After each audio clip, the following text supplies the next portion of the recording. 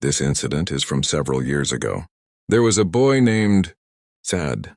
People say that he was possessed by an evil spirit that eventually took his life. But the question is, where did Saad go? My name is Ahmed, and I am Saad's father. Beneath our house there is a very old graveyard, which the British had once turned into a cemetery. From the windows of our house rooms, the graveyard is clearly visible. Even in Saad's room, cold air used to pass through from the direction of the graveyard. It was around 2:30 at night.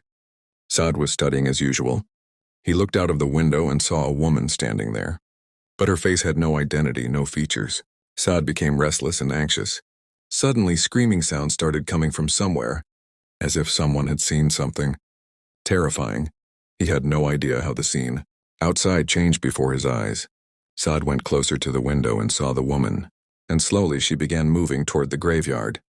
In a state of confusion and fear, Saad came out of his house and followed that woman. He was so scared that he didn't even realize when she entered the graveyard. Saad tried to call out to her, but she didn't respond. The woman stopped near a grave and began laughing. Saad asked her what she was doing there at night. A horrifying, bone-chilling voice echoed. The woman suddenly turned her entire head backward toward Saad. Her face was terrifying, and the rest of her body was rotting. Saad lost his senses upon seeing this and ran away madly from there. While running, he reached the graveyard gate, but he slipped on a stone and fell to the ground. Due to the injury, he became unconscious. In the morning, I found my son Saad unconscious. I immediately picked him up and brought him home. But that night's incident was never erased from his mind. Slowly, his behavior started changing.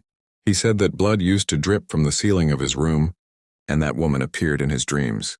Because of this fear, he couldn't sleep. When I broke the door and entered, his clothes were torn, and there were deep nail marks on his hands. I screamed and ran toward Saad, but suddenly, a bone-crushing scream echoed again, just like a human being chewing on bones.